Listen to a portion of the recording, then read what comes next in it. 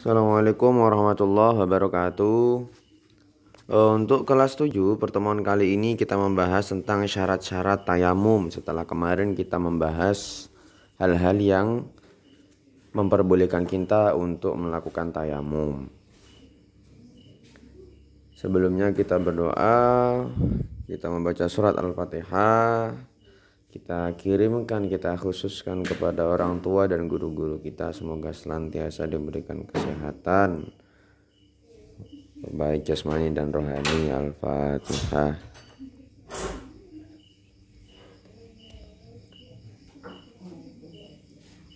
Bismillahirrahmanirrahim. Syarat tayamum itu ada 10 dalam kitab Safinatun Najah ya. Nah, di setiap kitab itu berbeda-beda nominalnya, jumlahnya maksudnya. Kalau dalam kitab Safinatun Najah yang pertama, syarat yang pertama di tayamum itu harus menggunakan debu.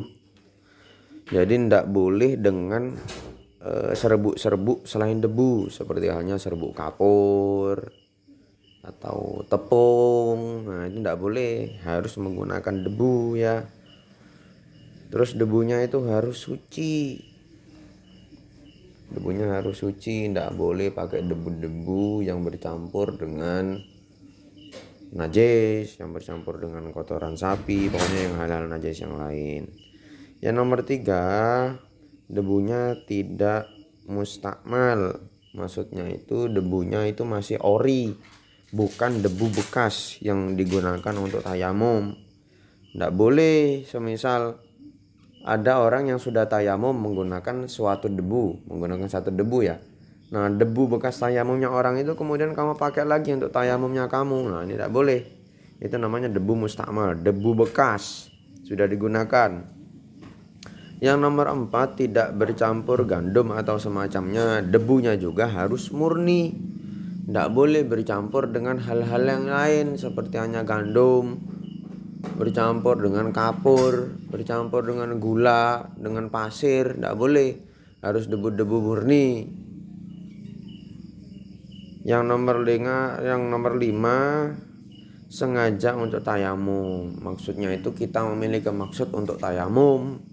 Bukan tidak sengaja, semisal kamu jalan terus kemudian kesandung, jatuh ke tanah, terus kemudian badan kamu kena debu semua. Terus kalian bilang, sekalianlah jatuhnya saya yang tadi itu saya tayamum. Nah, ini tidak boleh. Karena waktu jatuh tadi kita kan tidak sengaja kan jatuhnya. Nah, jadi harus ada maksud untuk melakukan tayamum. Yang nomor 6, mengusap wajah dan 2 tangan. Itu mengusap ya, bukan membasuh. Mengusapkan debu, mengusapkan ke daerah wajah dan juga kedua tangan dengan debu yang berbeda. Nah, besok akan dijelaskan mengenai rukun-rukun tayamum. Sekarang masih syarat tayamum. Untuk prakteknya besok. Sekarang teori dulu. Nah, maksudnya maksudnya mengusap wajah dan 2 tangannya dengan 2 kali tepukan tanah itu, kedua tangan kalian sentuhkan ke daerah debu. Ya, kedua tangan disentuhkan ke area yang ada debunya. Setelah kalian sentuhkan, kedua tangan kalian arahkan ke wajah. Seret. Itu tepukan pertama. Terus kemudian kalian taruh lagi telapak tangan kalian ke daerah yang ada debunya. Setelah kalian taruh, nah ini tepukan yang kedua. Tangan yang sebelah kiri untuk tangan kanan untuk sebelah kiri.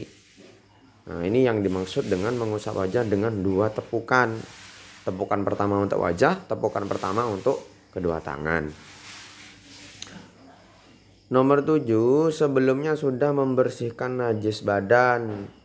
Sebelum kita tayamum, maka hal-hal yang harus kita lakukan adalah membersihkan lebih dahulu najis-najis yang sekiranya ada di dalam tubuh.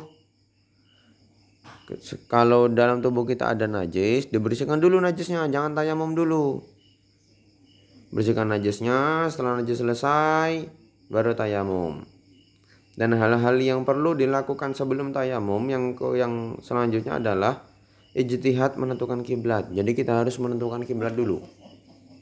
Mana kiblatnya? Setelah kita sudah menemukan kiblat, maka baru boleh tayamum. Nomor 9, tayamum setelah masuk waktu. Tidak boleh tayamum kalian belum masuk waktu sholat, tidak boleh. Setelah sholat masuk, tak dung dung dung dung dung dung, Allahu Akbar, Allahu Akbar. Nah, baru kalian boleh tayamum. Nomor 10, tayamum sekali untuk setiap sholat fardu.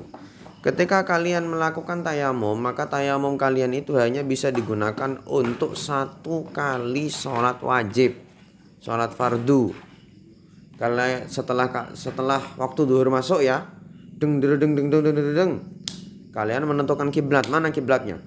Setelah kalian tahu kiblatnya, maka selanjutnya kalian bersihkan najis-najis yang ada dalam tubuh kalian. Setelah kalian membersihkan najis-najis yang ada pada tubuh kalian, baru kalian melakukan tayamum dengan syarat-syarat yang telah dijelaskan tadi. Ketika kalian sudah tayamum, kemudian kalian salat zuhur, walaupun kalian belum batal, waktu sholat asar nanti kalian harus tayamum lagi. Nah, ini yang dimaksud dengan tayamum.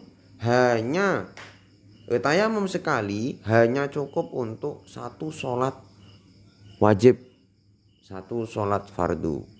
Ketika kita mau sholat fardu lagi, iya tayamum lagi. Nah, seperti itu. Nah, mungkin itu yang bisa saya sampaikan. Jangan lupa disalin tulisannya.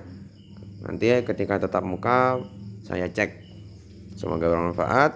Assalamualaikum warahmatullahi wabarakatuh.